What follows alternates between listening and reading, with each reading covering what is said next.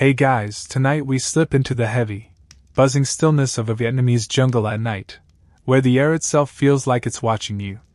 You're crouched low in the undergrowth, the scent of damp earth and diesel oil in your nose, your heartbeat trying to sync with the chirp of distant cicadas. You've got a scratchy blanket, a rusted canteen, and an old radio pressed close to your chest, not to listen for commands, but for something stranger. The frequency's not dead. It's singing. A soft pattern of wind chimes, high, delicate tones, lilting through static. No voice. No code. Just the sound of a breeze you can't feel. You blink hard. Is this the signal? A warning? A trick? You're deep in enemy territory, but instead of panic or marching boots, it's like the jungle itself is humming a lullaby. And yeah, if you think this sounds mildly terrifying, you're absolutely right. You probably won't survive this, at least not without a few hallucinations. So, before you get comfortable, take a moment to like the video and subscribe, but only if you genuinely enjoy what I do here. And hey, drop your location and local time in the comments. I love seeing where and when you're listening from. Now, dim the lights, maybe turn on a fan for that soft background hum, and let's ease into tonight's journey together. You press your ear closer to the radio. It's an old Soviet model, probably Chinese manufactured, barely working. It smells like mud and rust, and somehow it's still alive. The antenna's wrapped in copper wire and chewing gum. And yet there it is, soft, irregular clinks, like someone left a wind chime swaying in an abandoned pagoda. You don't know it yet, but this isn't just ambience. This signal is a message. The kind that gets whispered, not spoken. The kind that only makes sense to someone on the same wavelength. Literally. This isn't your first night on patrol, but it's your first time hearing this.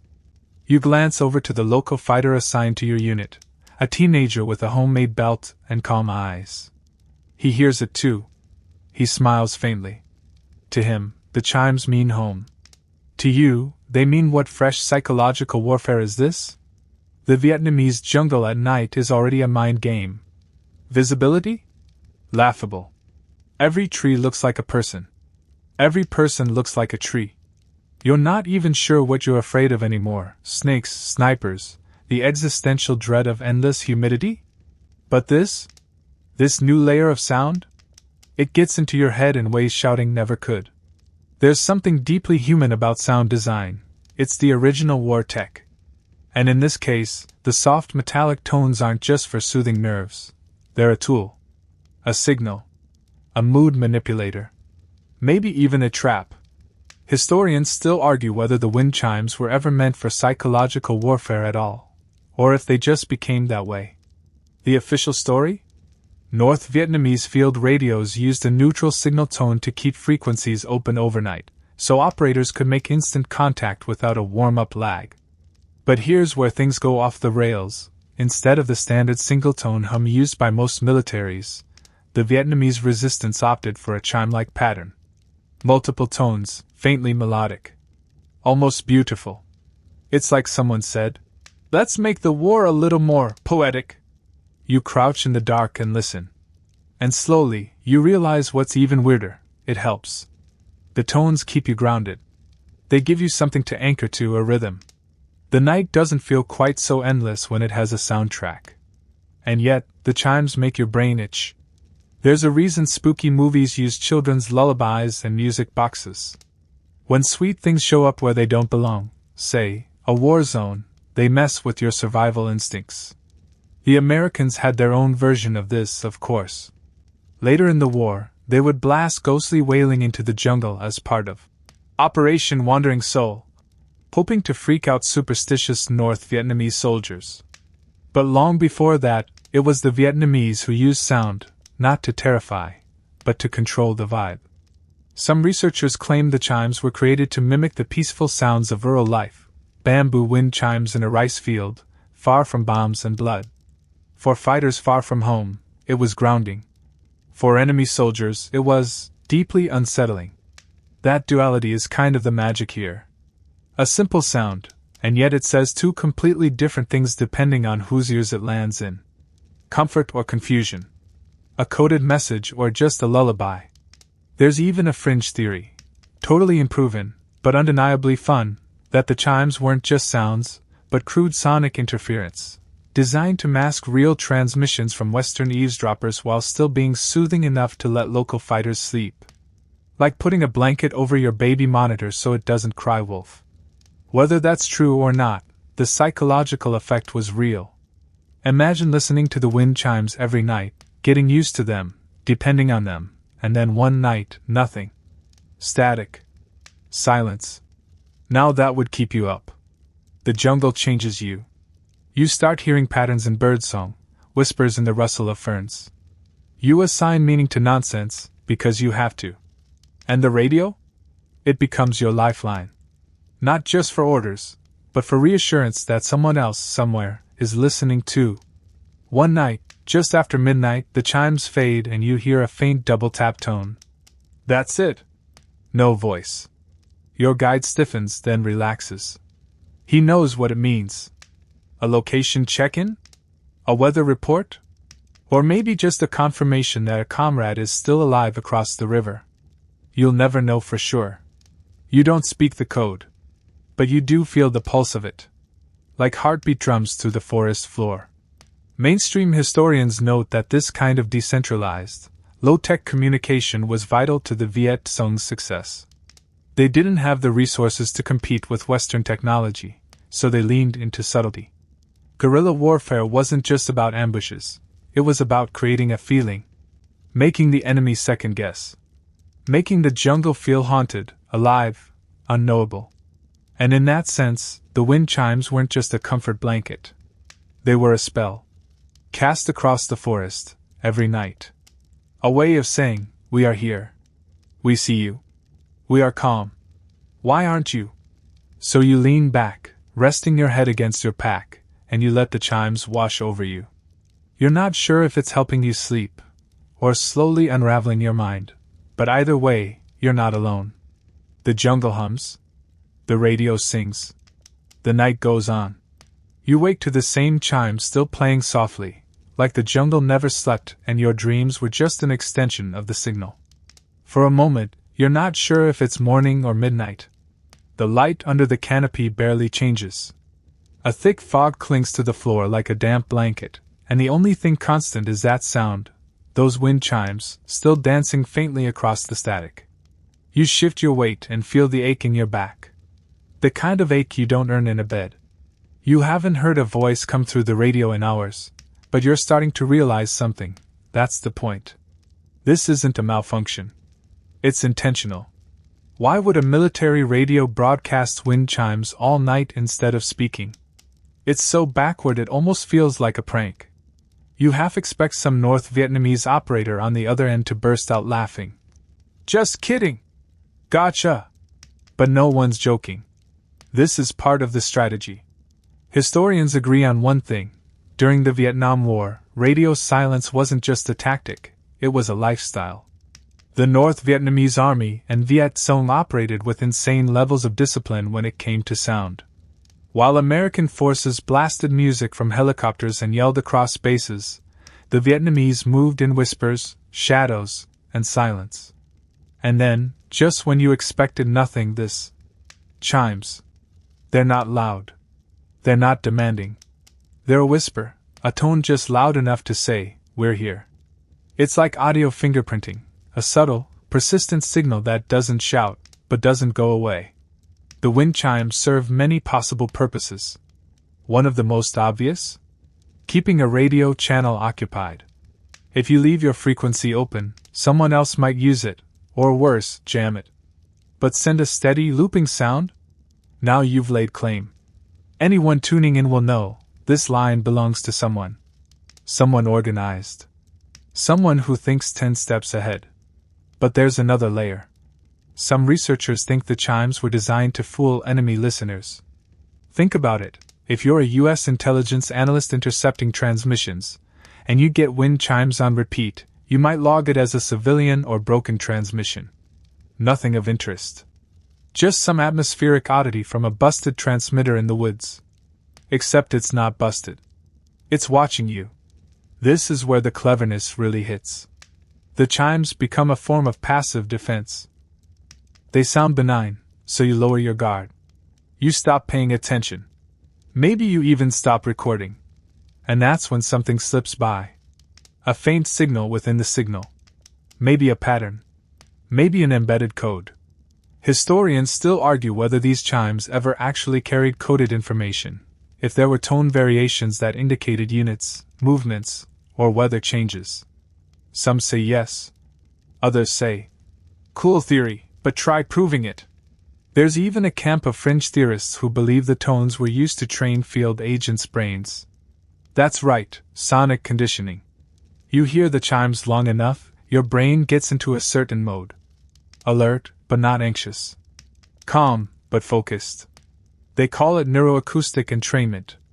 Sounds like science fiction, right? But consider this, people use white noise to sleep, certain beats to study, rhythmic tones to meditate. Why wouldn't a resistance army weaponize that? One North Vietnamese veteran recalled how his unit slept better when the chimes were on. They felt safe, connected. Like someone had their back. When the chimes stopped, that's when people really got nervous. It's this odd reversal. Most soldiers dread the noise of war. Here, silence is scarier. The chimes were your heartbeat in the dark. No one knew what each tone meant exactly, but everyone felt what they were supposed to. It's the kind of knowledge that never shows up in textbooks. You either lived it, or you didn't. You're starting to think of the radio not as a piece of equipment, but as a companion. It's strange. You don't even know who's sending the signal. Could be a commander in a hidden base, a field unit half a mile away, or some scrawny teenager riding a bike-powered generator in a rice paddy. And yet, the connection feels real.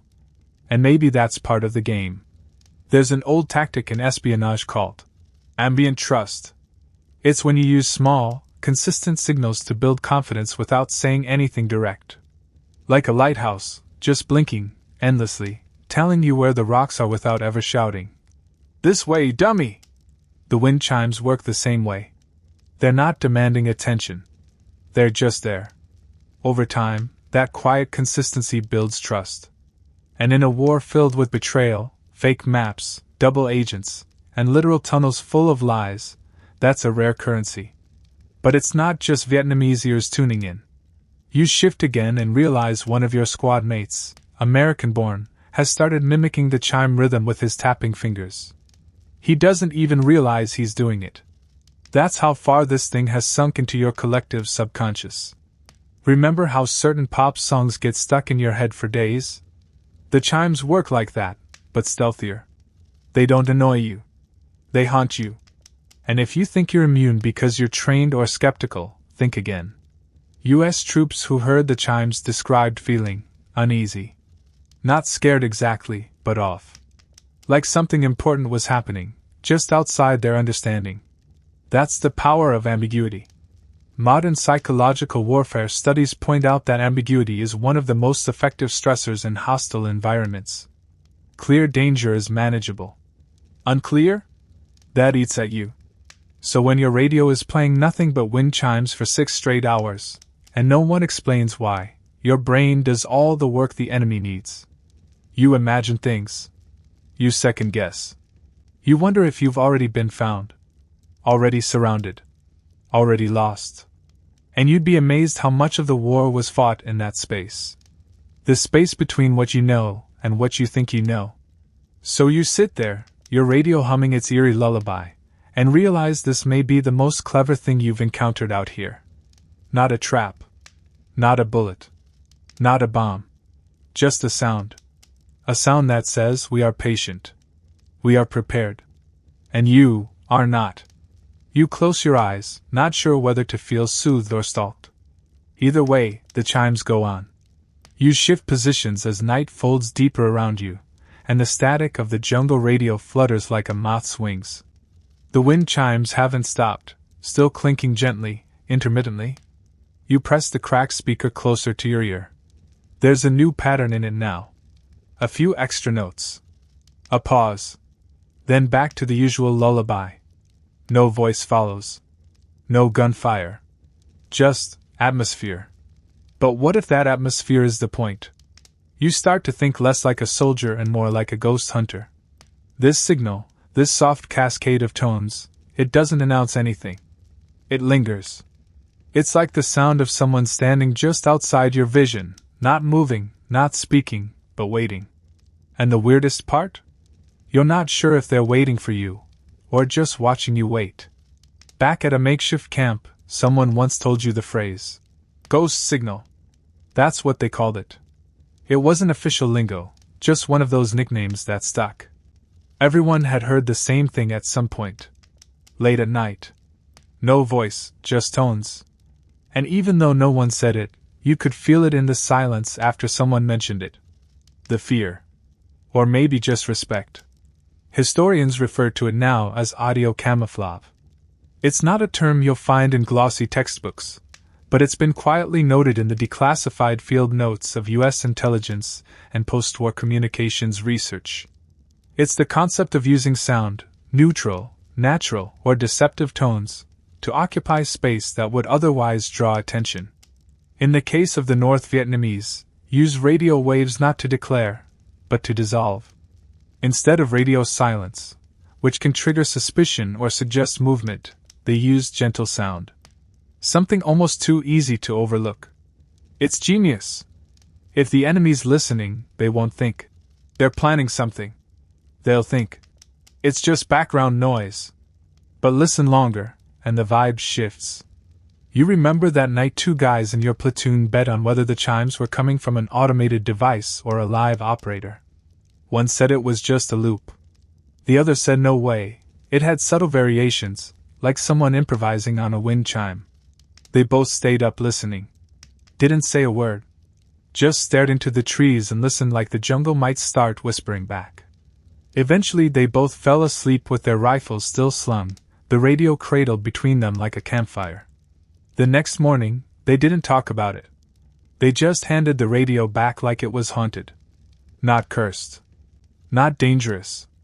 Just sacred. That's the thing. The chimes start to feel less like a tactic and more like a presence. And that's not a word you throw around lightly in wartime. Presence implies intentionality. Observation. Like the signal isn't just being sent, it's watching you receive it. Some historians argue that the whole idea of ghost signals is just Western projection. A product of exhausted American troops trying to make sense of an unfamiliar landscape and an even more unfamiliar form of warfare. A jungle at night will do things to your mind. The darkness gets inside you. The heat bends reality. You start to see and hear patterns where none exist. But others disagree. They say the Viet Cong knew how Americans would react to uncertainty. That they intended the signals to unnerve. That these weren't just accidental patterns, but calculated phantoms designed to haunt the airwaves. And here's where it gets even more interesting. The North Vietnamese often operated in complete radio silence during movements. No orders, no check-ins, nothing. Then, once settled, they would broadcast the chimes. Never a voice. Never coordinates. Just tones. As if to say, "We've arrived. You'll figure out where soon enough." You imagine being on the receiving end of that. Monitoring a frequency all night. Nothing. Then suddenly, at 3:12 a.m., a soft chime. No words. Just a few notes. You don't know where they are. You don't know what it means. But now you know they're near. It's the auditory version of leaving footprints just outside your door. And yet, for those inside the network, the chimes could be as soothing as a lullaby. Quirky stories survive from field journals about soldiers naming the tones. That's Grandma's bell, that one's the drip, oh, that's just the twinkle. One guy claimed he could tell what unit was nearby just by the rhythm of their chimes. Like bird calls. Except the birds have AK-47s and uncanny patience. The Viet Cong and North Vietnamese army had to rely on these methods because their resources were minimal. One mainstream historical fact here: their entire communication structure often depended on modified shortwave sets salvaged from Soviet and Chinese aid. They lacked encryption. Batteries were scarce. They used pedal-powered generators. sometimes even car alternators strapped to buffalo carts. But instead of breaking under the weight of limitation, they built a new strategy around it. Sound became the signal. Sound became the code. And the more innocent that sound, the less likely it was to draw bombs. The logic? Why target a frequency that sounds like a monk dropped his wind chimes down a stairwell? And here's the fringe tidbit. In rare cases, U.S. patrols were found to be using recordings of these same chimes in their own zones, hoping the enemy would assume it was safe space, or familiar ground. In other words, mimicking the ghost signal to trick the ghosts. A sonic false flag. Did it work? Historians still argue whether that ever actually helped, or just added to the confusion. But it shows how powerful, and confusing, those tones had become. You listen again. The wind chimes shift, ever so slightly. You swear one note rises a half step, lingers longer. You don't know what it means. Maybe nothing. Maybe everything. But you can't turn it off. Not now. It's like cutting the thread of your own awareness. Because in this jungle, in this war, silence isn't peace. It's absence. And that's much worse. So you let the chimes continue. Not because you need them, but because you don't dare find out what happens when they stop. You blink through the thick dark, still half listening to the radio's wind chime lullaby, and wonder, not for the first time, why anyone would choose this sound, of all sounds, to fill a frequency. Why not a beep, a hum, a standard signal tone? Why make it musical? Why make it beautiful? Because it's not just to be mysterious. It's not just some spooky ghost trick. No, now you're starting to feel it in your bones. This was deliberate. A layered strategy. And you begin to suspect that the wind chimes weren't just for the enemy's confusion. They were for the fighters themselves. See, not every war tactic is about hurting someone. Some are about keeping your own people whole. The wind chimes, weird as they may sound, might have served a very specific purpose, keeping young fighters sane. Let's talk about the typical radio operator on the North Vietnamese side. Often under 20. Barely trained. Sleeping in hammocks stretched between trees, or in mosquito-riddled dugouts. Nights stretched into eternities. The jungle pressed in from every side. You didn't always know where your commanding officer was. You couldn't call home. You were soaked, bug-bitten, and half-starved. What you did have was a little box of static and sound. And every night, it hummed a lullaby. That sound, those drifting, disjointed chimes, tethered you to something. A wider network. A sense of rhythm. Maybe even a hint of beauty in a world otherwise carved out of mud and blood. Some historians believe this was the real reason behind the wind chimes. Not code. Not misdirection. Not psychological warfare. Sanity. That's not a word people often associate with military strategy, but it should be. Morale isn't just about bravery or propaganda. Sometimes it's as simple as hearing something soft in the dark. One Viet Cong veteran recalled that the chimes reminded him of his grandmother's veranda. She had actual wind chimes hanging in the doorway, and on summer nights, they'd rattle softly when the breeze came through. That memory, faint, warm, full of mosquito nets and lantern light, was stitched forever into his mind. So when he heard the radio's tones, even surrounded by death and hunger, he felt home. Other stories like his pop up here and there. A young woman who served as a courier recalled falling asleep next to her pack while the chimes played softly through her earpiece. It helped her drown out the explosions echoing from the south. A field medic claimed the tones helped him keep time during triage in total darkness. He swore he could use the spacing of the chimes to time morphine doses. Now, do these anecdotes prove anything? Not really. But they offer a curious glimpse into how a simple sound might have become something far more complex. A tool. A comfort. A kind of invisible infrastructure for the mental survival of a decentralized army. And here's where it gets even weirder. There's some suggestion that the wind chimes acted as a kind of synchronicity device. Fringe theorists love this one. The idea is that if multiple units are listening to the same chime pattern across vast distances, their internal clocks, mental and otherwise, start to align. Not literally, of course. but in vibe. You create a shared rhythm. A group psychology. Like monks chanting in different temples across a valley. Historians still argue whether there's any science behind this. But even skeptics admit, sound has power. Rhythms can sync heartbeats. Songs can trigger muscle memory. Soldiers across the world use chants and cadences to march. So why not chimes to stay calm, connected, and vaguely in sync? There's even a mainstream historical parallel. During World War II, British and American forces sometimes broadcast musical interludes over encrypted radio channels to hold the line open between updates. Not because it was secure, but because it kept operators alert and gave the illusion of continuity. The North Vietnamese didn't just copy that idea. They refined it. They made the sound non-Western, familiar, rooted in rural Vietnamese culture. Wind chimes, called Chuang Gio, were common in homes and temples. Meant to ward off bad spirits, sure, but also just pleasant, evocative. The sound of ordinary life, of peace.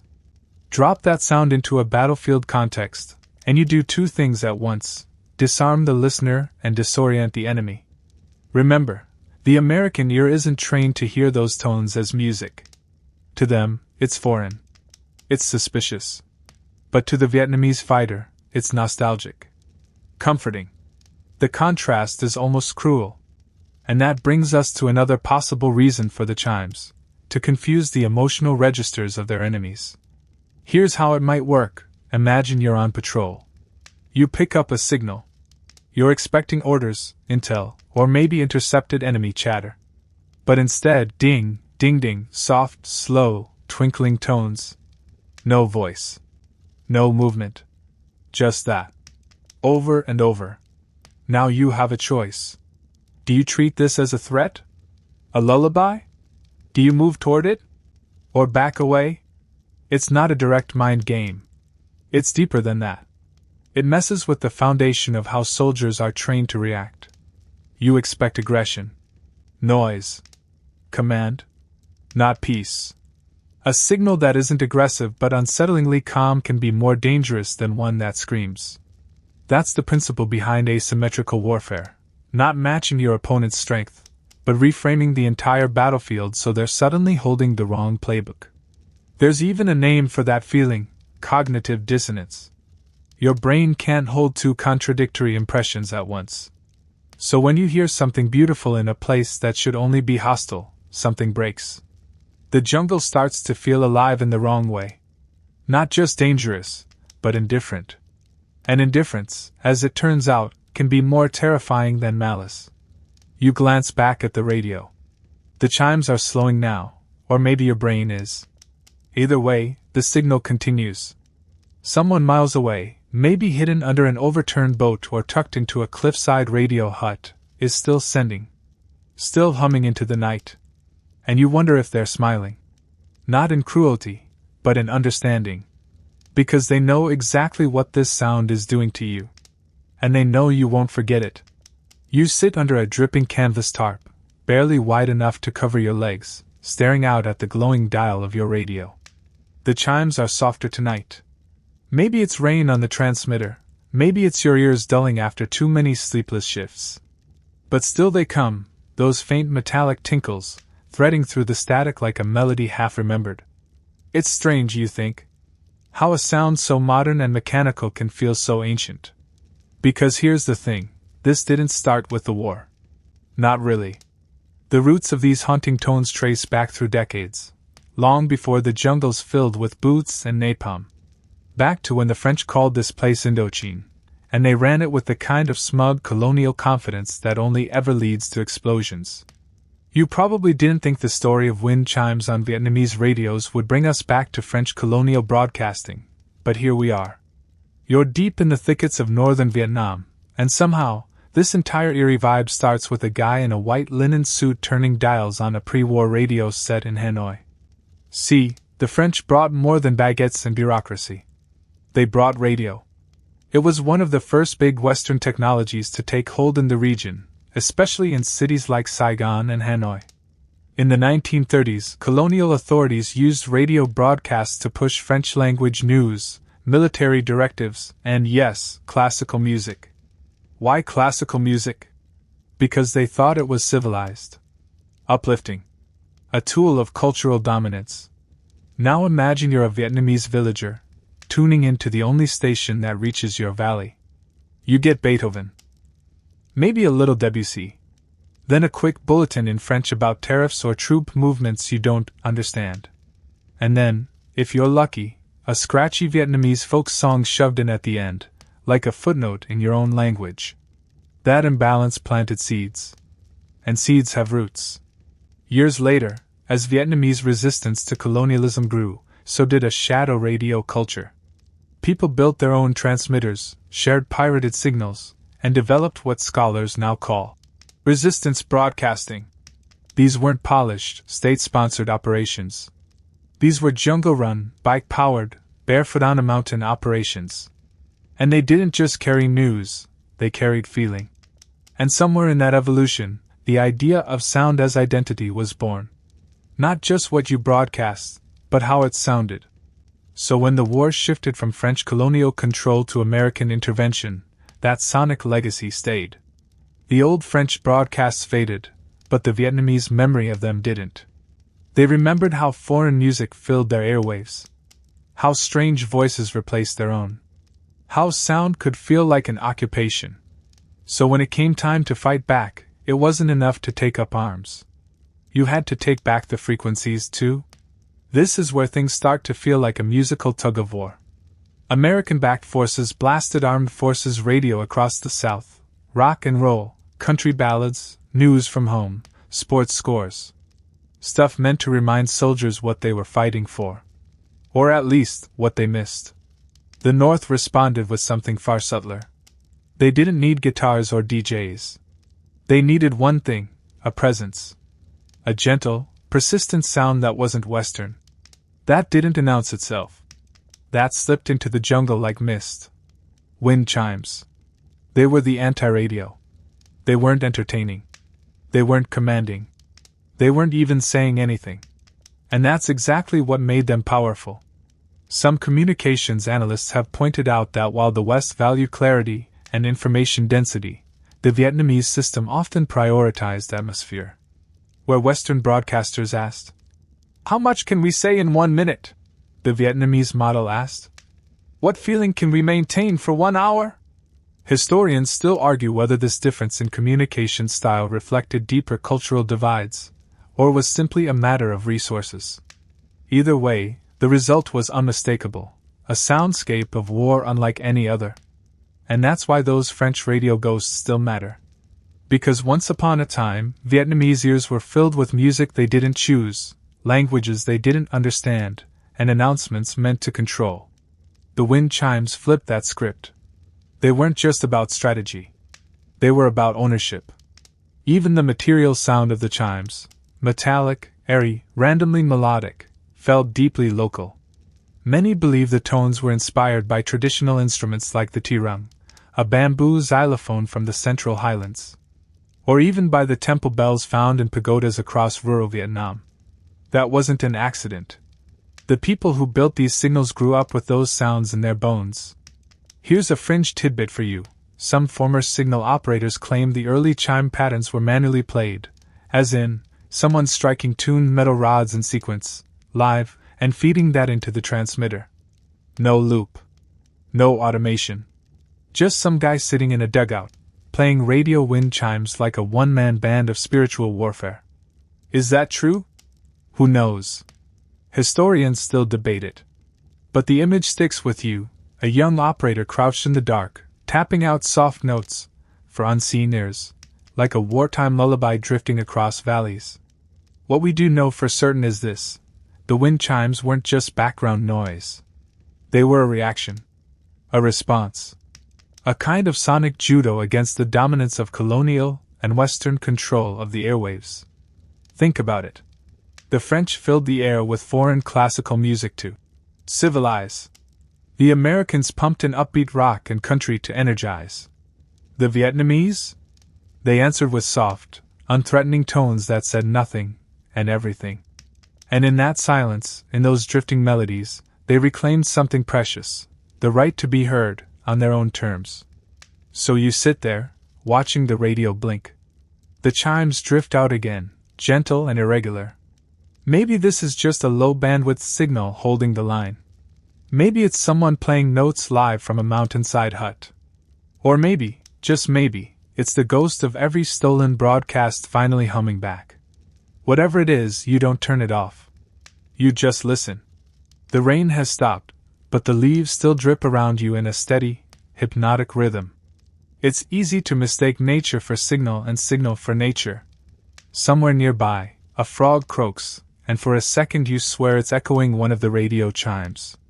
Coincidence? Maybe. Or maybe the jungle has learned to harmonize with its soundtrack. The wind chimes have settled into a familiar pattern tonight, 5 tones, then a pause. Then again. Always just irregular enough to keep you guessing. It's almost meditative. But tonight something else hums underneath the calm. A subtle shift in atmosphere. Like your body knows what your brain hasn't caught up to yet. Because here's what no one tells you when you first start listening to these frequencies. This sound can do things to your mind. The Viet Cong knew that, or at least suspected it. They may not have had psychology degrees or lab coats, but they understood the jungle's biggest truth: what you hear matters. And what you hear over and over again. It starts to change you. This is where things cross the line from military tactic to psychological experiment. Let's call it what it is: sound is a low-budget, high-impact form of warfare. Mainstream military history likes to focus on firepower, troop movement, and big-name strategies. But dig deeper and you'll find something quieter, and arguably more insidious, lurking in the footnotes: acoustic warfare. Not just loudspeakers and sirens, but calculated sound patterns used to fatigue, disturb, manipulate. And yes, this includes wind chimes. Sound psychology isn't new. Even the ancient Greeks understood that music could move emotion. Roman soldiers used horns to boost morale and terrify enemies. In World War I, drums were used not just to coordinate movement, but to keep men in rhythm, marching literally and mentally. The North Vietnamese were working with older equipment and smaller budgets, but they weren't stupid. They used what they had. And what they had was silence, and the ability to break it very carefully. Some fringe theorists argue the chimes were the earliest form of acoustic entrainment used in warfare. That's the theory that repeating tones can influence brainwave activity. Stay with me, it sounds like sci-fi, but it's not that far-fetched. The idea is simple: your brain naturally syncs to rhythmic external stimuli. It's why heart rates can fall in response to a lullaby. Why study playlists are a thing. Why military cadences keep people moving in unison. Now take that logic and drop it into a war zone. Replace cadence with chimes. Replace structure with subtlety. You're not shouting at your soldiers to stay calm. You're bathing them in a tone that makes them calm without knowing why. That's the soft science behind acoustic warfare. Not commanding emotion, but coaxing it. The wind chimes, then, might have been more than cultural symbolism or code camouflage. They were mood regulators. Tiny audible lullabies engineered to balance stress hormones under pressure. Historians still argue whether this was intentional. Did the North Vietnamese consciously design their tones to manipulate brain states? Or did they stumble into the effect by accident, realizing only after the fact that their soothing tones had measurable results? Either way, the effects were real. Veteran testimonies speak of strange calm during late-night listening sessions. Not sleepiness, but clarity. A foggy sort of awareness. Enough to stay focused. Just relaxed enough not to crack. Just stimulated enough to keep watching the tree lean. It's hard to overstate how much that matters in jungle warfare. American troops often suffered from sleep deprivation, paranoia, sensory overload. With helicopters whirring, booby traps everywhere, and the ever-present knowledge that someone might be watching you through the trees, your mind starts to eat itself. Now contrast that with a guerrilla fighter sitting under a tarp, listening to a soft loop of tones designed to mimic temple bells or village wind chimes. No lyrics. No chaos. Just sound. You tell me which one is more likely to make it to morning without seeing ghosts. And here's a creepy twist: American units sometimes picked up these same chimes while scanning for enemy signals. And they reported the opposite reaction: unease, disorientation, that feeling that something was off. Why? Because the sound wasn't theirs. It didn't fit their rhythm, their mental frequency. It was the psychological equivalent of walking into your house and smelling someone else's shampoo. Even worse, they couldn't tell if it was meant for them. Was it a signal they'd intercepted? A message they weren't supposed to hear? Or was it being sent specifically to get inside their heads? That uncertainty, that not knowing, was the real weapon. There's a quote buried in an old military report that says it best. We weren't sure if the chimes were telling us something, or warning us not to listen. One of the most bizarre debates to emerge from post-war analysis is whether the wind chimes were ever part of a broader psychological operation, one that went far beyond calming Vietnamese troops. Some speculate the chimes served as a kind of acoustic barrier, a sound wall designed to fog American radio efforts. Not in the traditional jamming sense, but in a psychological way. You tune into a frequency expecting voices, intel, orders. Instead, you get a pattern that loops. That doesn't change. That fills your mind with nothing but tone. It's like staring at a lava lamp in the middle of a firefight. You don't know what it means, and the longer you listen, the less you mean. And this is where the war gets weird. Because in a jungle full of traps and bullets and actual snakes, it wasn't just about what you heard. It was about how much your brain could take before it stopped trusting itself. That's why the chimes mattered. Not because they were spooky, but because they introduced a new kind of warfare, one where the battlefield wasn't the terrain beneath your boots. It was the space between your ears. So you sit a little straighter now. The tones are still playing. Still soft. But they feel different. Like maybe, just maybe, they're listening too. And in the stillness that follows, you start to understand. This war isn't just about territory. It's about headspace. The next morning, the jungle smells like wet moss and diesel. Your boots squish into the soft earth, and your back aches from sleeping half upright. The radio's still ticking, barely. It's the same chime pattern as last night, but now it's got a faint crackle underneath, like the sound of paper tearing through a storm cloud. And you finally get curious enough to ask. Your guide, a wiry young man who's probably 16 but carries himself like he's 40, leans in, grins, and gestures toward the old radio like it's an altar. "To Lamb. Made it ourselves." Wait. They made this? Not just the signal. The device. You turn the radio over and finally take a closer look. What you thought was a factory-sealed, Soviet-made transmitter is actually a Frankenstein monster of parts. Bicycle spokes. Pieces of a car battery. A cigarette tin for the casing. Even what looks like a rice cooker dial wired into the tuning interface. Welcome to the DIY heart of Vietnamese wartime tech. This wasn't some anomaly. It was normal. And once you start noticing, you see it everywhere. Communication in the North Vietnamese and Viet Cong networks wasn't built around central command structures. It was an intricate, decentralized system powered by whatever people could scrounge, salvage, or imagine. And the operators? A huge number of them were teenagers. That's right, kids ran the radios. Kids tweaked the frequencies. Kids played the chimes. They were trained fast, expected to operate alone, and often treated their gear like a part of their body. It wasn't military protocol. It was survival craft. You could teach someone to shoot in a day.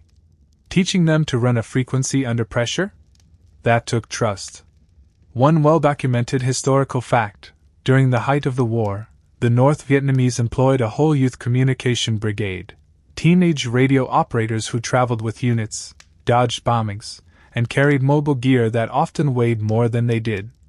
These were kids hauling homemade transmitters through rice paddies, using umbrellas as antennas, and pedaling bike-powered generators under monsoon rain just to push out 10 seconds of signal.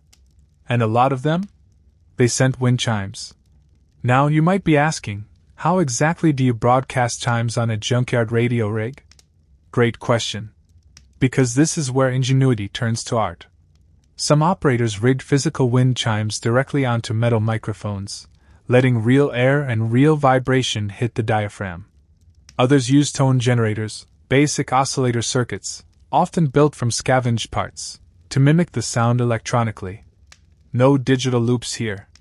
This was analog improvisation. Every tick, every tone had to be built.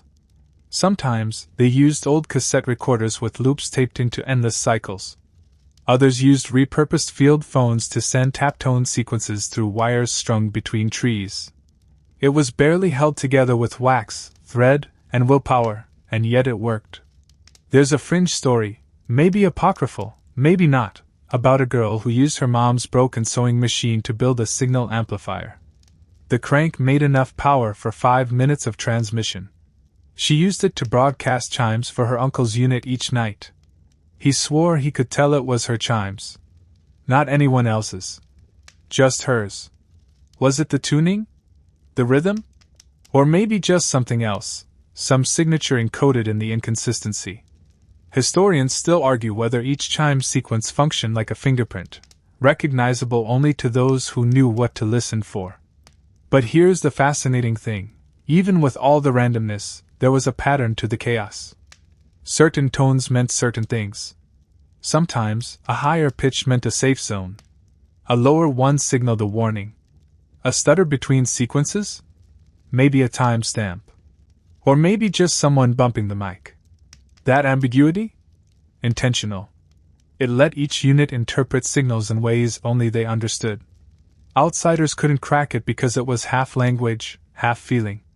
A kind of sonic inside joke shared between comrades under the trees.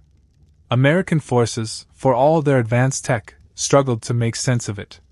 Intercepted recordings were archived, analyzed, and usually dismissed as ambient interference. One declassified field note includes the phrase, "Non-structured audio, low threat, no actionable content." Imagine writing off the very sound that's keeping your opponent alive and alert, while slowly turning your own men into jittery messes. It wasn't just sound. It was craft. Remember how we talked about presence? These teen operators built devices that could survive floods, bombs, and batteries dying at the worst possible time. They carried backups. Some had crank systems made from old phonographs. Others used solar panels built from smashed radios and mirrored cooking lids. They didn't need to win every battle. They just needed the signal to stay alive one more night. And even when they couldn't transmit, they listened. Listening was as much a part of the job as sending. Sometimes more. One veteran recalled sitting completely still for 6 hours under a tarp, earpiece pressed to his temple, just waiting for a chime sequence to confirm his comrades had made it through the pass. That was the check-in. No voice. No click. Just a tone that said, "We're still here." That part never changes. You sit now, with your own earpiece, and think about those kids. What they built. What they carried. What it meant to keep something going in the dark, even when you couldn't explain why. Just that it mattered. The chimes start again, this time with a slight wobble in the pitch. You can hear the crank motor struggling. Maybe the rain got in. Maybe the operator's hand is tired. But that imperfection? That's what makes it real. This isn't Spotify. This is someone, somewhere, breathing next to a mic they made from trash, sending out a tiny flicker of humanity into the black. And you? You're lucky enough to catch it. You're getting better at listening now. Not just hearing, but listening. You've started to notice how the chimes aren't random. They have a certain sway to them. A rhythm that flirts with being music but always stops just short. Sometimes the tones come sharp and clipped. Sometimes they hang in the air like a question that never gets answered. Tonight, the pattern changes. Not dramatically. Just enough to make your gut tighten. The pitch has shifted down. Barely a semitone. But it's there. You know it. And from the way your guide suddenly stops chewing his cassava, you know he hears it too. You raise your eyebrows. He shrugs? Not scared. Just alert. And that's when it hits you. These chimes aren't just background noise. They're a language. But not the kind of language anyone can translate with a codebook. This isn't Morse. It's not numbers. It's emotional shorthand. A kind of music speak that lives in the space between instinct and training. You're not alone in this theory. Analysts, both during the war and after, have long speculated about the real function of the wind chimes. Were they meant to soothe, or to say something? Could a small shift in tone mean, "We're in position"? Could a specific spacing signal, "Stay hidden"? Could a change in rhythm be a silent run? Some say yes. Others say that's wishful thinking, that the tones were just audio placeholders, neutral sounds used to hold radio space open until real communication was needed. But then again, why make those placeholders beautiful? Why not a simple beeping tone, like every other military frequency? That's where the deeper theories come in. Some researchers believe the chimes were multifunctional, not just audio space holders, but encoded signals. Not in the traditional encrypted sense, but something more subtle.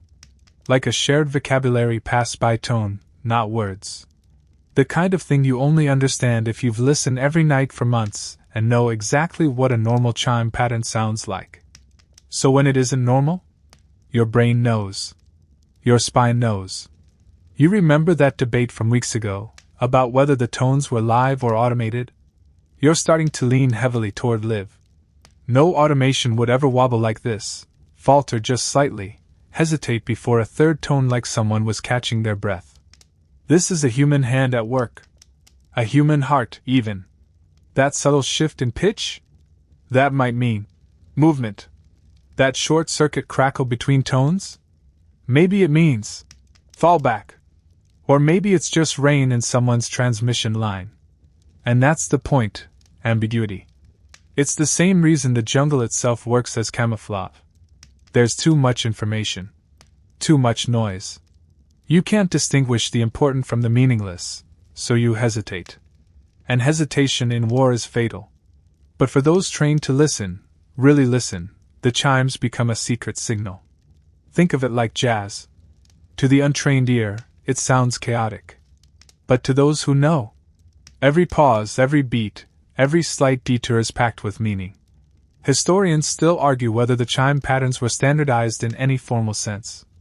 Some believe regional units developed their own internal sound codes, never written down, only passed ear to ear. Others think that's giving too much credit, that the sounds were chosen for aesthetics and comfort, not function. But here's a quirky, underreported detail. In certain regions, the chimes were tuned to match local temple bells. That's right, operators hand-tuned their tones to echo the spiritual sounds their communities grew up with. Not only did this create a psychological bridge to home, it made the tones familiar, recognizable. A kind of spiritual password whispered through the static. The impact was more than tactical. It was emotional. When a unit heard the chimes tuned to their village temple's bell, they knew someone from their region was out there. Still fighting. Still connected. That level of familiarity is hard to fake. In fact, during one failed American counter-propaganda operation, analysts tried to mimic the wind chimes to lure fighters into a trap. But the result backfired badly. The tone was wrong. The rhythm too mechanical. North Vietnamese fighters heard the imitation and immediately knew it was fake. How? No one could explain. But one operator later told an interviewer, "It sounded empty. No spirit." There's something deeply human about knowing when something's not quite right, even if you can't articulate why. That's what made the chimes so powerful. They weren't just data. They were feeling. You didn't decode them with your mind, you felt them in your gut. And that leads to one of the most enduring mysteries about the wind chimes. Were they even meant to be understood, or just felt? The prevailing theory? Both. Depending on who was listening, the chimes could function as white noise, comfort blanket, cryptic message, or mild threat. And maybe that was the genius of it. One signal. Infinite interpretations. The Americans, used to crisp orders and clear radio commands, struggled with the uncertainty. They didn't have a category for this. It wasn't intel. It wasn't propaganda. It wasn't a coded message they could break. It was just there. All night. Night after night. And that's where the chimes did their best work. Not in what they said, but in what they implied. You remember how your buddy once joked that the jungle itself seemed to breathe along with the chimes? It's not so funny anymore. Now you understand what he meant. When the chimes slow, you feel it in your lungs. When they stutter, your pulse stumbles. When they fall silent, your fingers grip the stock of your rifle just a little tighter. It's Pavlovian. Conditioning, maybe? But also something older. Call it intuition. Call it animal instinct. Call it the war seeping into your bones. Whatever it is, it's working. You sit back against the tree, earpiece in place, and listen to the tones shift again. Just slightly. Just enough. And you wonder, who's out there tonight listening with you? What do they hear? What do they feel? And do they know you're listening back? The chimes start up again just after dusk, low and a little mournful, like they've been dragged through mud and memory. You're crouched with your back to a tree so wide it could hide a jeep, staring through tangled vines that twitch at every breeze. The jungle is fully alive tonight, but quieter somehow. Like even the frogs are waiting to hear what the signal will say. You're learning that in this war, not everything has a name. Not every camp is on a map. Not every village ever existed on paper. And not every soldier had a number or even a uniform. The wind chimes didn't go out to battalions. They whispered across hills and valleys to ghosts, fighters without ranks, squads without borders. They called it the Shadow War. You're in it now. And this is the weird part. Even though the Viet Cong and North Vietnamese army had official structures, official names, and even printed propaganda leaflets, they also operated in this liminal space where everything felt half visible. Nights bled into days. Hills bled into hills. The people around you had names, but you were never sure if they were real. The wind chimes?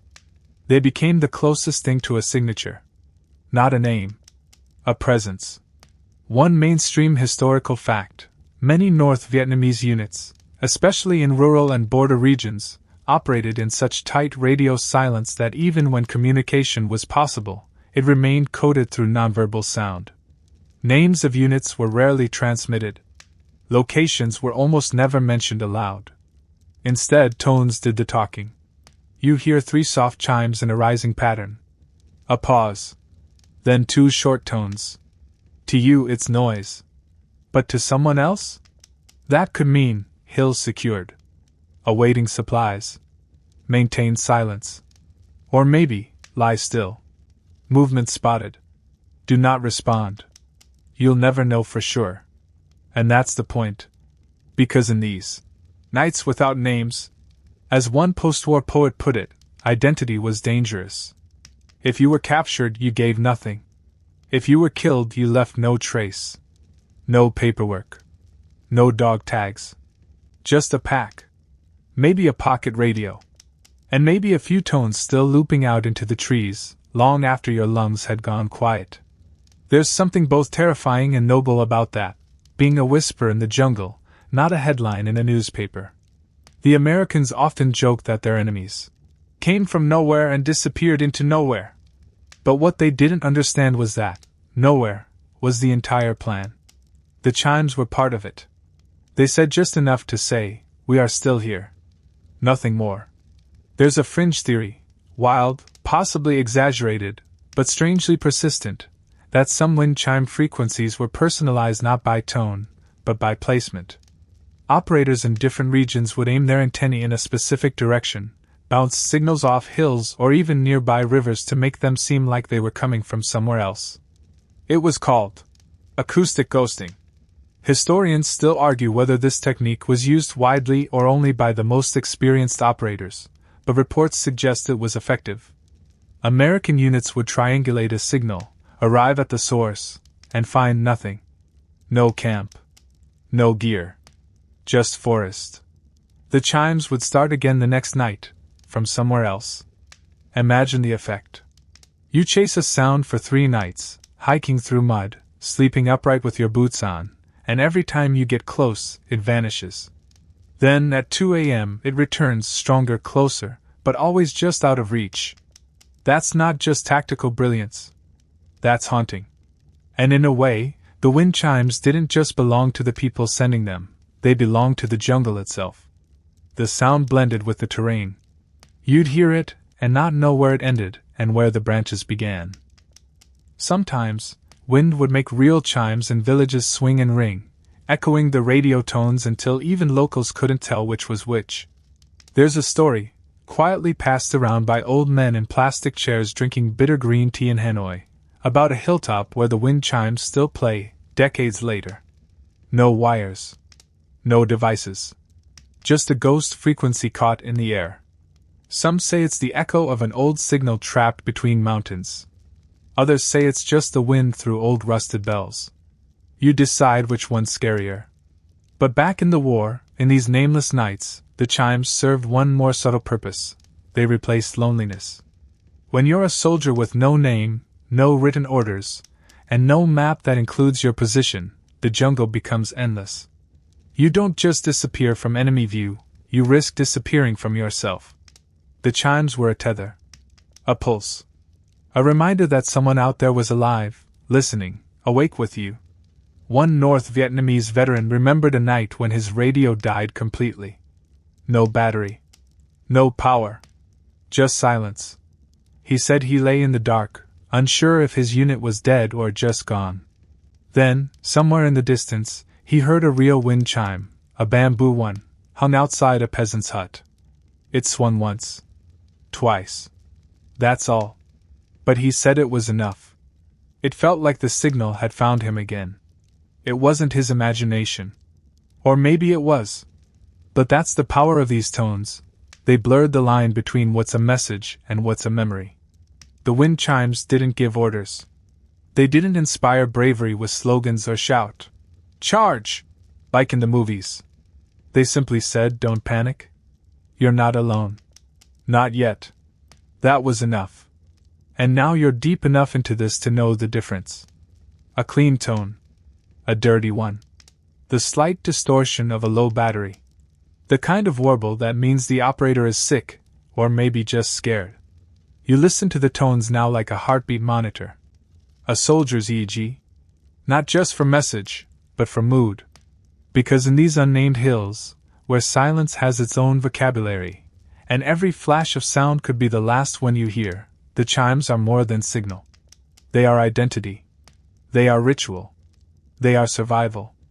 So when they stop tonight, abruptly, after 3 hours without change, you feel your fingers twitch. Your breathing quickens. You glance at your guide. His face is unreadable. But the message is clear. Something has happened. And tomorrow? The jungle will either echo again, or go completely still. The jungle doesn't speak this morning. It's like the entire forest held its breath sometime during the night, and never let it out. You wake to a kind of silence that feels louder than gunfire. Your radio? Dead quiet. No chimes. No static. Just the soft mechanical click of the dial when you try to coax life from it. You tap the casing. Shake the wires. Nothing. Your guide doesn't say a word. Just listens with his eyes. And then he mutters something you don't understand, but the way he says it makes the hair rise on your neck. He recognizes the silence. Not as rest, but as absence. Last night, the chimes played until just after midnight. Then they stopped. No fade. No aerotone. No feedback loop. Just gone. That's not a malfunction. That's intentional. Or worse, interrupted. You've heard rumors about this. Moments when entire frequencies went dark. Not jammed, not redirected, just cut off. 1 minute the air is humming with life. The next? It's like the jungle swallowed the signal whole. And every time that happened, something followed. That's where Operation Wandering Soul comes in. It's the one time American psychological warfare outcreeped the wind chimes. You've probably heard about it in half-remembered documentaries or ghost story podcasts, but being here, it hits differently. The operation's real name was Chiu Hoi. Its premise? Weaponize Vietnamese spiritual beliefs. Broadcast ghostly cries, weeping, and moaning, fake, lost souls, to convince enemy fighters their fallen comrades hadn't been properly buried and were now doomed to wander forever. Yeah. It was exactly as morbid as it sounds. The plan banked on the Vietnamese tradition of ancestor veneration. In many villages, dying far from home and without burial rites was considered a fate worse than death. So the U.S. military recorded voice actors speaking in trembling, otherworldly Vietnamese. Phrases like, "My bones are scattered in the jungle," and "Don't join me in death," were played at night, on loop, through loudspeakers or dropped cassette bombs. Creepy? Absolutely. Effective? Not really. Historians agree that while a few fighters reported chills or confusion, most knew the trick immediately. One veteran even laughed about it. "The Americans thought we were afraid of ghosts. We were afraid of planes." But the most fascinating part? The North didn't respond with screams or counter-slogans. They doubled down on calm. In the face of Operation Wandering Soul's eerie moans, some Vietnamese units simply played the wind chimes louder, clearer, longer. As if to say, "We don't believe your ghosts. We're still here. And we're not afraid of the dead." It became an invisible duel. On one side, moans, cries, desperate fake spirits, piped in from miles away on American-made speakers. On the other, a melody so gentle it felt like defiance. The chimes didn't scream back. They didn't answer with anger.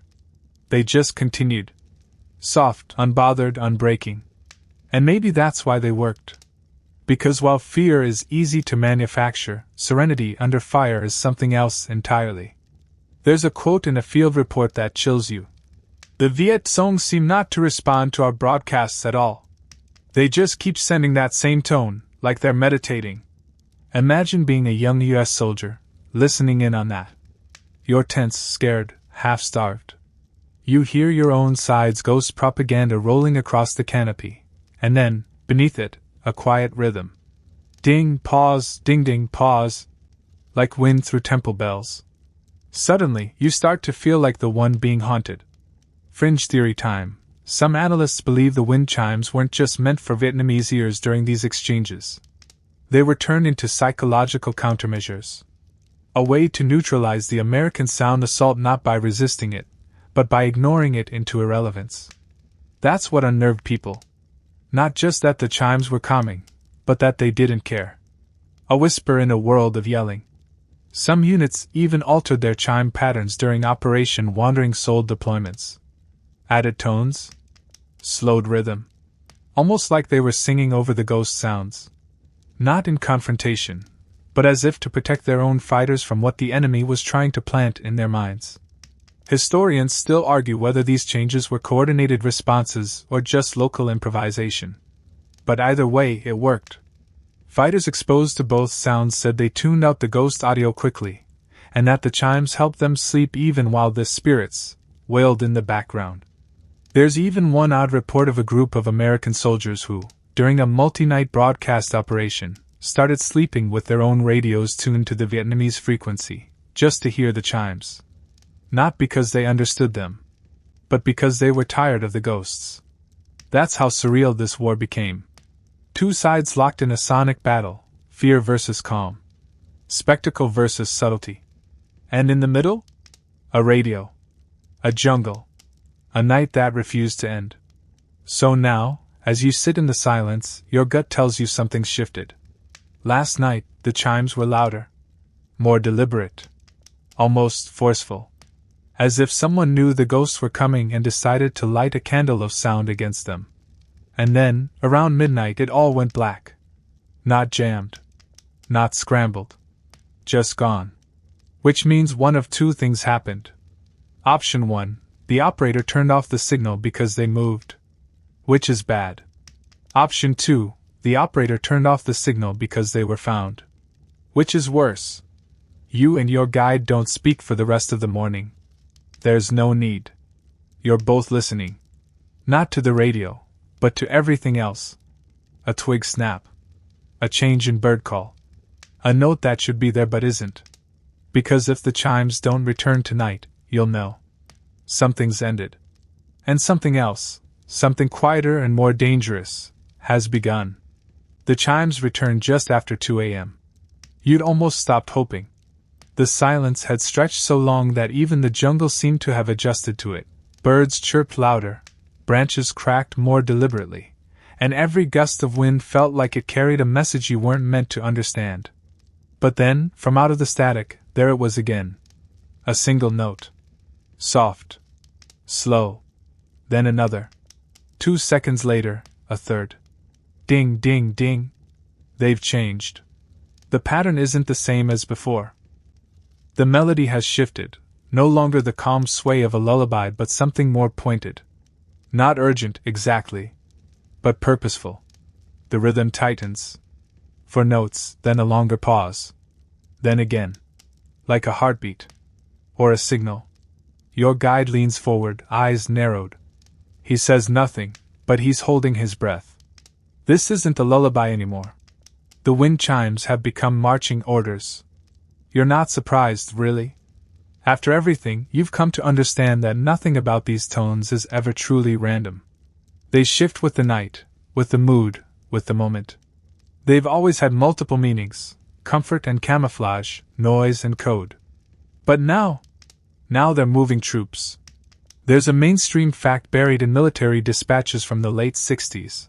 The North Vietnamese often used sound signatures as part of their movement protocols. In areas where speaking aloud or even writing messages was too risky, they relied on a system of auditory prompts, subtle cues embedded in ambient broadcasts that let soldiers know when to go, where to wait, or how to move. Not everyone picked up on it. These weren't universal orders. They were tailored per unit. A tone pattern known to one platoon might mean move west, while for another, the same tone signaled dig in and hide. It wasn't encrypted, it was familiar, and that made it nearly impossible for outsiders to decode. You watch your guide as he listens. There's no translation happening. He just knows. The way a drummer knows when to strike, or a bird knows when to fly. He slings his pack over his shoulder without a word. You do the same. And just like that, you're moving, following a rhythm instead of a map. The route you take is steep and slick, zigzagging through underbrush so dense it tears at your sleeves. The moon is just a glow behind the clouds, and every step feels like a gamble. But the chimes keep playing, low and consistent. They're still broadcasting, even as you hike. Which means others are, too. The North Vietnamese military was masterful at distributed communication, a fancy way of saying they could talk to each other without letting anyone else know they were talking. The wind chimes were part of that. And not just between radios. In some regions, they used the same chime tones as field signals. Picture this, a scout in the dark. He can't yell. He can't signal with light. But he's carrying a small chime, metal strips, a bamboo striker, maybe even glass if he's daring. One soft shake, one set of tones, and his squad knows, safe to cross. 2 shakes? Hold. A broken rhythm? Ambush. It sounds like something out of a myth. But field notes from both Vietnamese and American sources confirm it happened. Makeshift wind chimes carried in packs. Set on the ground like tripwires. Used to guide units through unfamiliar terrain without drawing attention. Some fringe accounts even describe medics using them to find wounded soldiers. Dropping a chime onto a stone and listening for the reply, a similar ring, tapped back from the shadows. It's eerie, isn't it? The idea that music, not gunfire, was how people found each other. But in this war, sound was everything. It's also why the chimes weren't just played on radios. They were sometimes worn. That's right. Tiny chime sets, disguised as jewelry or charms, clipped to a belt or the edge of a pack. Not enough to ring constantly. Just enough that, when needed, they could be used. A nudge of the hand. A twist of the wrist. Ding ding. We're here. It's easy to dismiss this as superstition or quaint tradition, but to do so is to miss the point entirely. These weren't relics. They were tools. And in the jungle, tools meant life. You reach a ridge just as the chimes change again. 4 fast tones now. Repeated. Sharper. Your guide stops. Listens. His shoulders tense. Then, slowly, he crouches. You do too. The tones stop. Dead silence. That's the message. You wait 10 minutes. Maybe more. Then the signal returns, but now it's soft again. Calming. The all clear. This isn't just about information. It's about pacing. Tempo. Emotion. The wind chimes don't just tell you what to do. They tell you how to do it. Quietly. Calmly. Together. Historians still argue whether this use of chimes to control troop morale and motion was planned from the start, or evolved organically. Maybe it was a little of both. An operator starts playing tones to fill the silence, and over time, those tones gain meaning. Context. Familiarity. What began as a simple, "We're here," becomes a full-on vocabulary of motion, safety, and state of mind. There's a Vietnamese proverb your guide once shared. You didn't understand the words, but he translated it like this: "The fish doesn't see the river it swims in." You think about that now. How many people marched, hid, fought, and survived because a chime told them to? Not a voice. Not a face. Just a tone. A rhythm. A note that said go now. Or stay still. Or maybe just breathe. And so you do. You crouch under the trees, the sweat cooling on your back, the vines hissing softly as they sway, and the wind chimes return to their neutral loop. Ding, pause, ding ding, pause. You don't know where the signal is coming from. You don't know who's sending it. You don't need to. Because tonight you understand the message. We are still moving. We are still many. We are not done yet. You've started to recognize the difference between a chime meant to hold a channel and one meant to speak. There's a tone to the urgency now, tonal phrases, if you can call them that flutter like Morse code left out in the rain. But unlike Morse, the meanings shift with time, context, even terrain. And tonight, the chimes change keys. Not drastically. Just enough to unsettle. The familiar 5-note loop you've heard for days suddenly adds a 6th note. Short, high-pitched, out of sync. The effect is jarring, like someone stepping into a slow dance with combat boots. You flinch without meaning to. Your guide notices, smirks, but his face turns serious fast. He doesn't speak. Just adjusts the tuning dial with a delicate thumb. The signal holds. They've changed the language. It's not random. The wind chimes evolve. That's what no one talks about in the official reports. How these sounds shifted across time, like a dialect that only the forest truly spoke. One tone may have meant safe passage in 1966, but by 1969, maybe it meant decoy, or withdrawal, or don't trust what you hear. Historians now believe that the North Vietnamese intentionally morphed their chime patterns across phases of the war. As Western analysts began to study and archive them, the resistance didn't stop using them. They just changed the key, shifted the rhythm, altered the tone palette. Imagine if, every few months, English changed which word meant yes. Now multiply that by 10, and imagine you're trying to understand it through a tinny speaker while lying face down in mud. That was the American experience with these signals. One CIA field memo even called it a radio dialect in permanent evolution. Some argue this evolution was structured, a deliberate rotation like a rotating cipher wheel. Others think it was more organic, shaped by terrain, by regional dialects, by the personal quirks of individual operators. Either way, the result was the same. Just when you thought you'd decoded the meaning of a certain pattern, it shifted. You weren't listening to a song. You were listening to a river. Some of the changes were subtle. A slight pitch raise. A longer pause between notes. Others were bolder. A totally new tone set, added mid-broadcast. A pause in rhythm to allow for movement. A harmonic dissonance that meant something you'd only understand if you'd been in the field last month, or last year. And for those in the resistance, this wasn't confusing, it was necessary. The Americans were always adapting. Always analyzing. With satellite dishes and long-range listening posts. So the North Vietnamese made sure their chimes couldn't be mapped. Couldn't be boxed. They made them alive. There's a fringe story, some call it a myth, about a chime pattern that only played during full moons. A frequency said to carry instructions tied to lunar cycles. No one's ever proven it, but field veterans still swear they knew when it would come. They felt it in their skin, in their bones. You remember your guide's words from a few days ago. We never changed the plan. Only the music. And that's what it felt like, music with rotating sheet notes that only the players could read. And the enemy? They kept hearing a song with no chorus. No hook. No sense.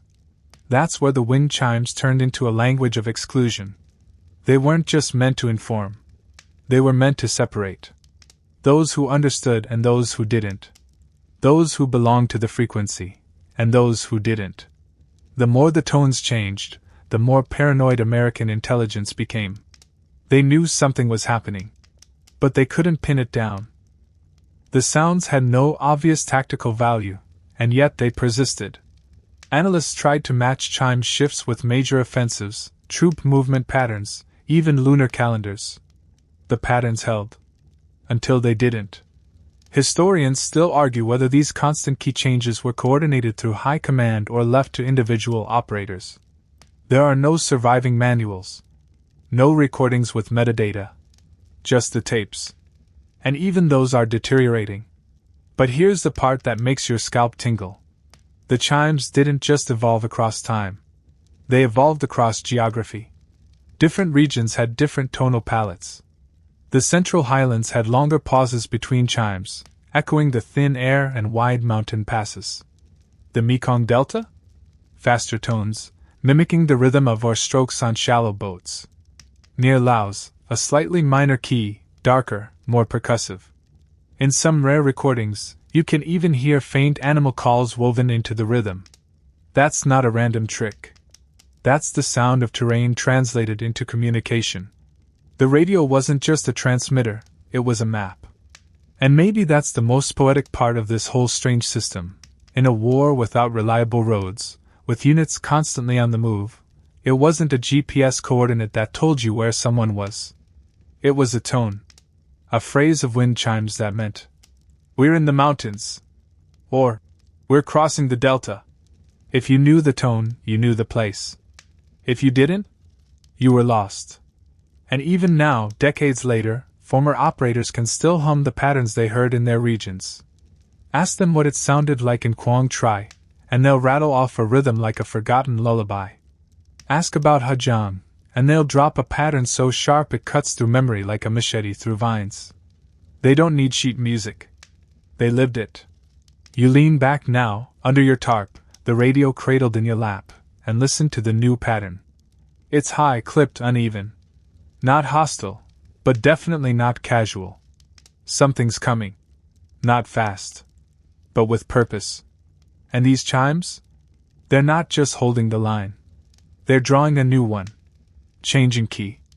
Preparing something. A shift in tone, a rise in pitch, and suddenly the night feels different. The jungle still breathes, but it's listening too. And the wind chimes? They're no longer singing to soothe. They're singing to warn. The signal tonight is sharper.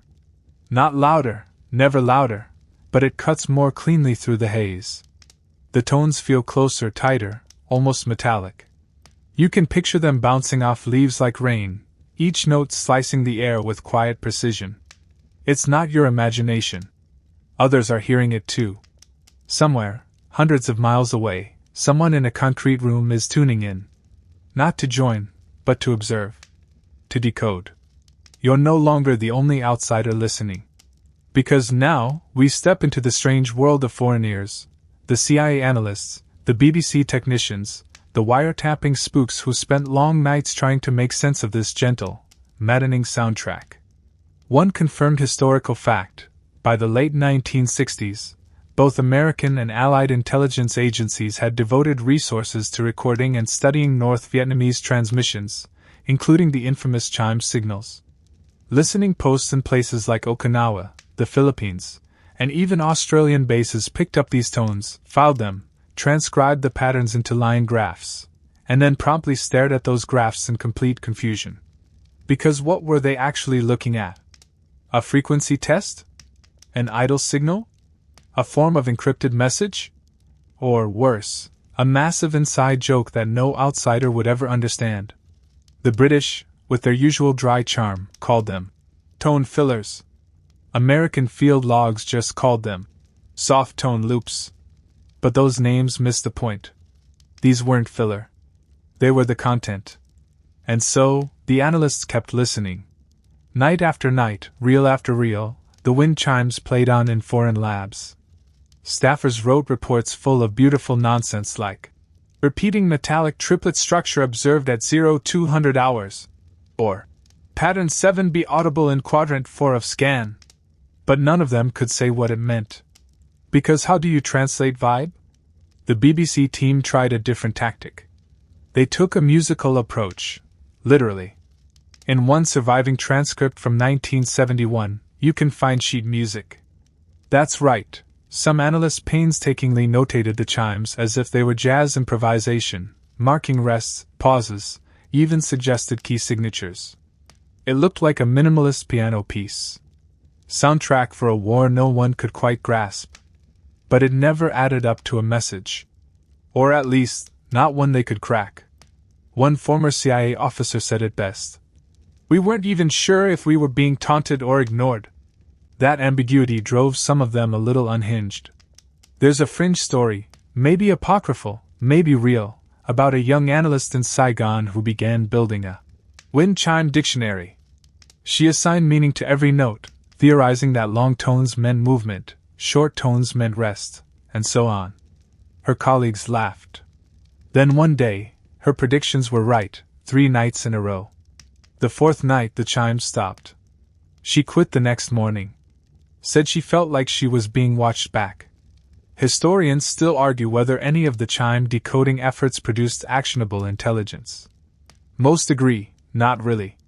Too much variation. Too many factors. Too few clues. But some believe that was the point all along. The wind chimes weren't meant to be cracked. They weren't locked boxes hiding information. They were open doors to every interpretation. If the Americans thought they were messages, they'd waste time trying to translate. If they thought they were noise, they'd ignore them, and miss everything happening underneath. It's psychological misdirection at its finest. The equivalent of a magician snapping fingers with one hand while palming the card with the other. And it worked. Some American forces were so uncertain about what the chimes meant that they changed their own communication habits just in case.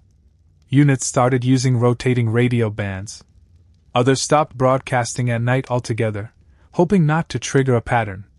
The Vietnamese didn't just own the signal, they owned the space around the signal.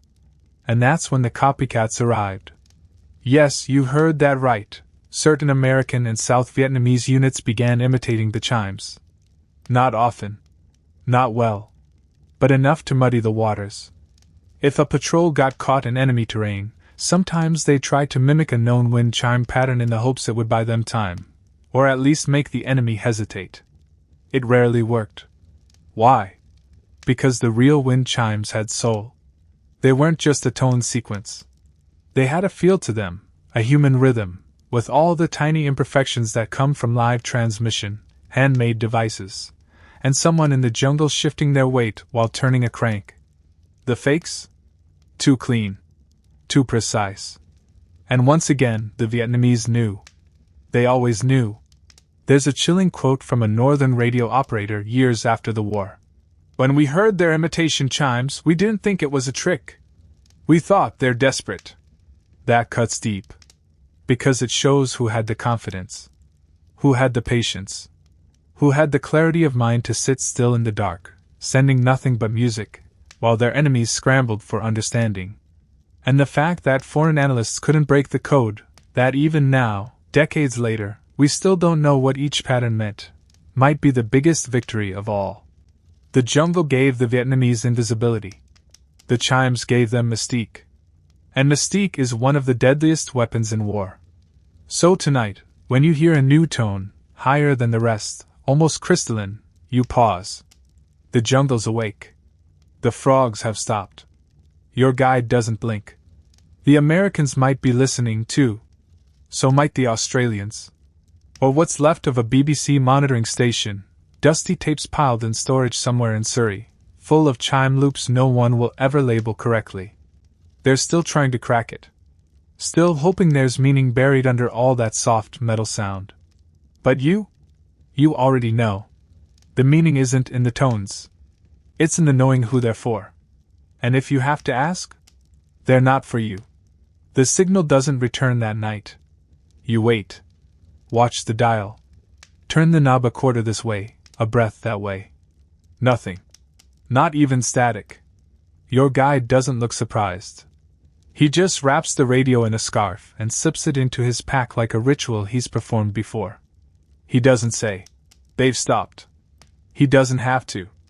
The absence says it all. When the wind chimes stop, it's not just quiet. It's a kind of silence with shape, like the space in a room after a funeral. Like the jungle holding its breath, waiting to see what you'll do next. There's a strange rhythm to this war. Things don't end with explosions, but with stillness. Not a shout. A fade. You keep listening, even when the radio is off. Because part of you still hears it. The tones left something in your brain. You hear them in the way branches clack together, or how a bird call arcs in threes.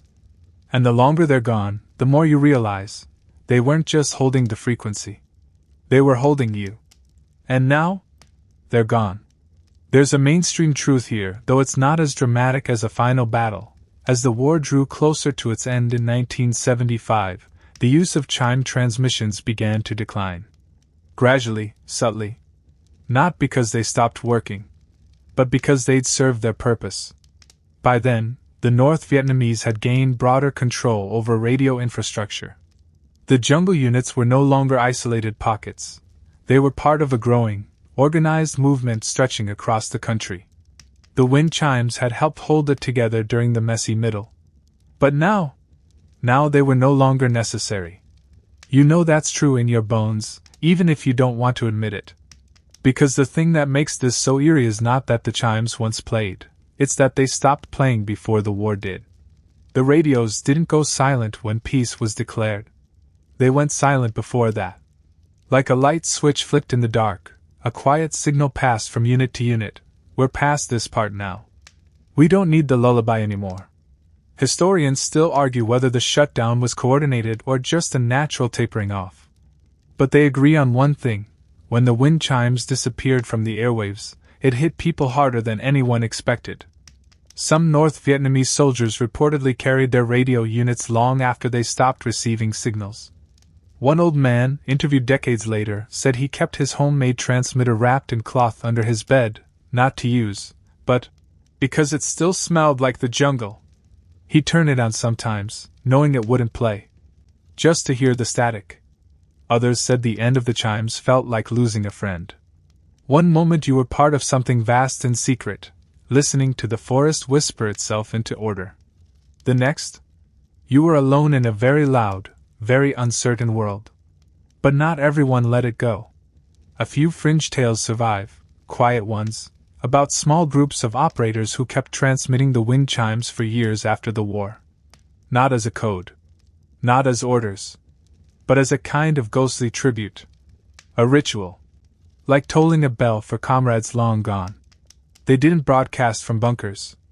They did it from balconies. Hillsides. Shrines. Just a few tones sent into the void.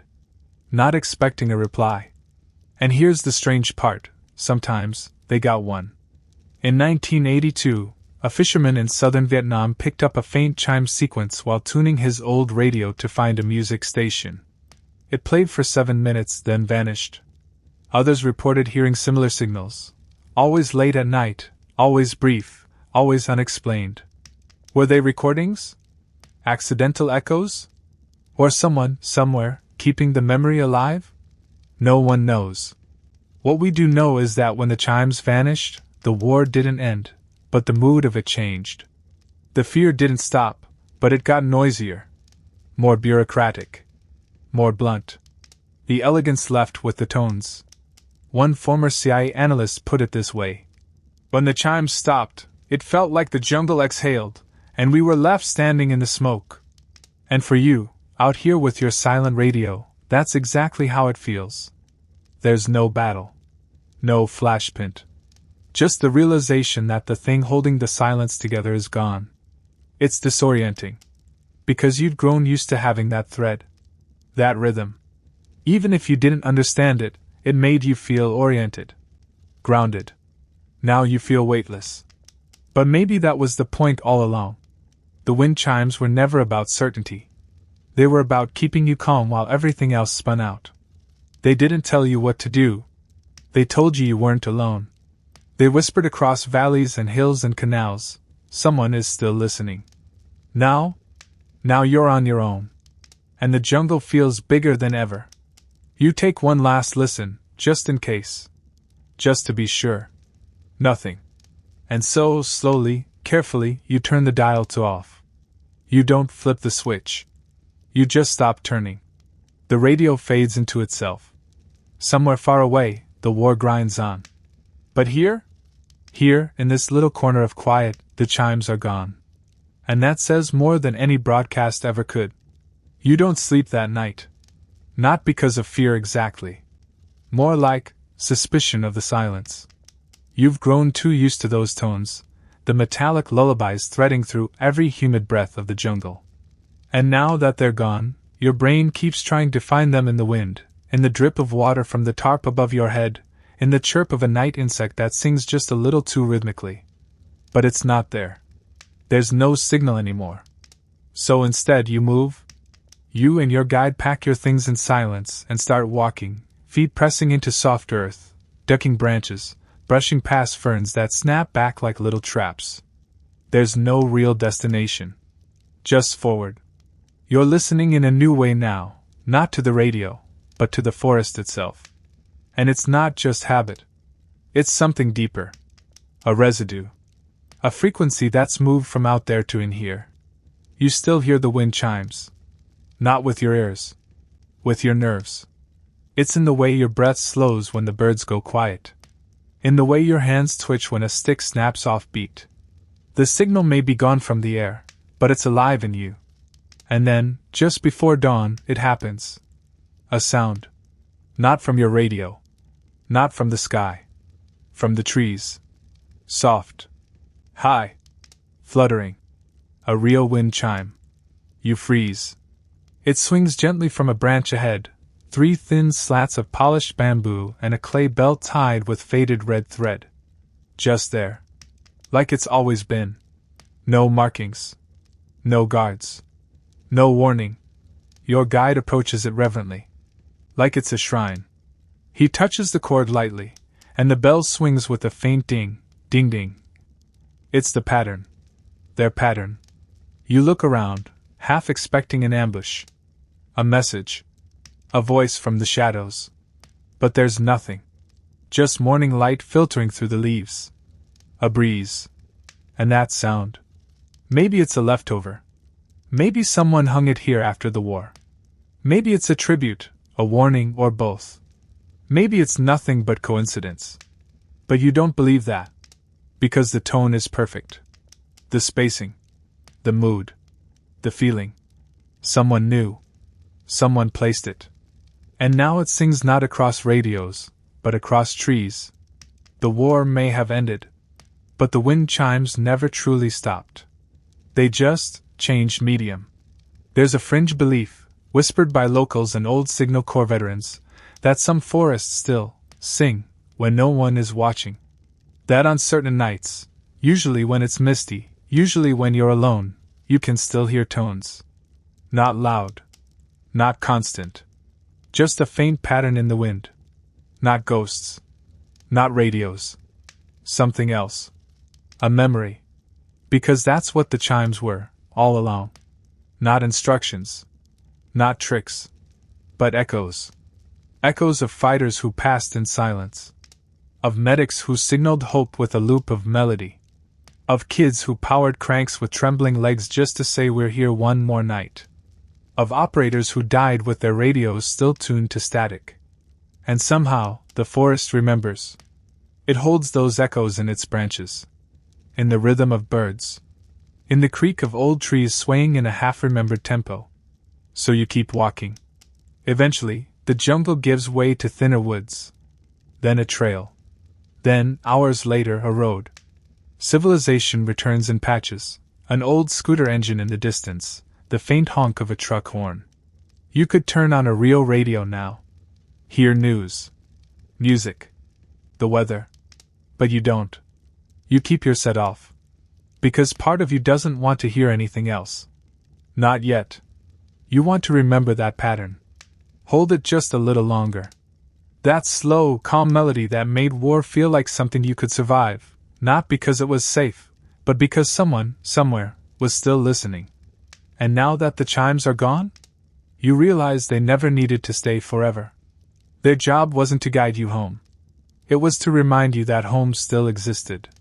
Even here. Even now. Even in the middle of everything. Because in a war defined by confusion, fear, and unspoken grief, something as simple as a loop of wind chimes meant more than 1,000 orders ever could. It meant, you're not alone. It meant stay still. It meant breathe. And most of all, it meant, we're still here. Even if the radio goes silent. Even if no one else hears it. The frequency remains. Inside you. Always. So now, you're back under your own ceiling, wherever you are, maybe tucked into bed, maybe lying still with headphones in, that soft fan hum playing back up to your breath. And the jungle? It's faded. Just memory now. But the chimes, they linger. Let them echo gently in your mind. There's no need to analyze them anymore. No codes to crack. No urgency in your chest. Just that soft, slow sway of sound. A note. A pause. A rhythm. You picture the radio, quiet now, but still resting nearby. Not dead. Just waiting. The trees don't whisper anymore. The frogs have gone back to their own strange music. And the wind chimes? You can still hear them, can't you? Faint. Delicate. Not from a speaker. But from somewhere much deeper. That's the magic of sound. It stays with you long after it stops. It shapes the silence that follows. So tonight, as your eyes begin to soften and the world blurs at the edges, let yourself drift. No need to understand. No need to hold on. Just listen. To the spaces between things. To the hush that lives inside the quiet. Because even in that hush, especially in that hush, the wind chimes are still playing. And maybe, just maybe, someone's still listening back. Good night, friend. Sleep well.